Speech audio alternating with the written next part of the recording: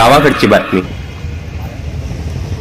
19 मार्च 2025 अमरावती इथे अन्नत्याग आंदोलन होत आहे आणि अन्नत्याग आंदोलनामध्ये अमरावती जिल्ह्यातील सर्व जुने जाणते तरुण वर्ग, सर्व शेतकरी चळवळीचे सर्व कार्यकर्ते, पदाधिकारी, ज्येष्ठ नेते सर्व आज एकत्रित आम्ही एक दिवसाचा उपवास आम्ही करत आहोत। यामागची भूमिका आमची एवढीच आहे की आज 1986ला 19 मार्चला जे चिलगावचे शेतकरी आहेत साहेबरावजी करपे यांनी शासनाच्या धोरणाच्या विरोधामध्ये त्यांनी आपली सामूहिक आत्महत्या केली होती मुलांबाळासहित। आज त्यांचा 39वा स्मृतिदिन आहे। एवढं 39 वर्ष होऊन सुद्धा अतिशय वाईट परिस्थिती आहे। एखाद्या कर्मचारी जर मरण पावलं तर त्याच्या परिवारातल्या लोकांना अनुकंपामध्ये घेतल्या जाते आणि जेव्हा एखादा शेतकरी कुटुंबातला शेतकरी जेव्हा आत्महत्या करतो कर्ज नापिकीमुळे, जो अन्नदाता पोशिंदा आहे जगाचा, त्याच्यापर्यंत आत्महत्या करतो, त्याला साधं काही मिळत नाही, ही फार मोठी दुर्दैवाची बाब आहे। तर आमची मागणी या निमित्ताने हीच आहे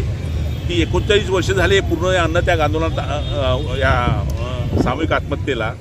असं असताना शासनाने त्या मृतक शेतकरी परिवारातील कुटुंबातल्या व्यक्तीला त्याला नोकरीमध्ये सामावून घेतलं पाहिजे आणि जी 1 लाख रुपयाची फक्त तुटपुंजी मदत ती गेल्या 20 वर्षापासून त्या परिवाराला दिल्या जाते, ती 1 लाखाची तुटपुंजी मदत फार एवढी मोठी महागाई वाढली तर त्या परिवाराची मदत ती वाढून आता ती कमती 5 लाख रुपये केली गेली पाहिजे का जेणेकरून त्या परिवारातला एखादा करता धरता जो पोरगा आहे तो काहीतरी रोजगारक्षम होईल, काहीतरी आपला उदरनिर्वाह चालण्यासाठी काहीतरी योगाचा धंदा तरी उभा राहील। म्हणजे सांगायचं तात्पर्य एवढंच की शेतकरी आत्महत्या हा आपल्या समाजाला असलेला कलंक जरी असला तरी शासनाच्या चुकीच्या धोरणामुळे या मोठ्या प्रमाणात शेतकरी आत्महत्या करत आहे। आणि गेल्या 8 दिवसापूर्वी बुलढाणा जिल्ह्यातल्या एका तरुण कैलास नागरेसारख्या ज्या शेतकऱ्याला महाराष्ट्र शासनाचा युवा शेतकरी पुरस्कार भेटला, त्या तरुण शेतकऱ्याने स्वतः आत्महत्या केली आणि त्या सुसाईड नोटमध्ये जे 4 पानी सुसाईड नोट त्याने लिहिली, त्या सुसाईड नोटमध्ये शासनाने त्याला कशा प्रकारे त्याला बेदखल केलं,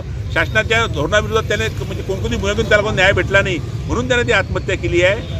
ते जर वाचलं तर अशी मनाला मन सुन्न करणारी घटना आहे ती।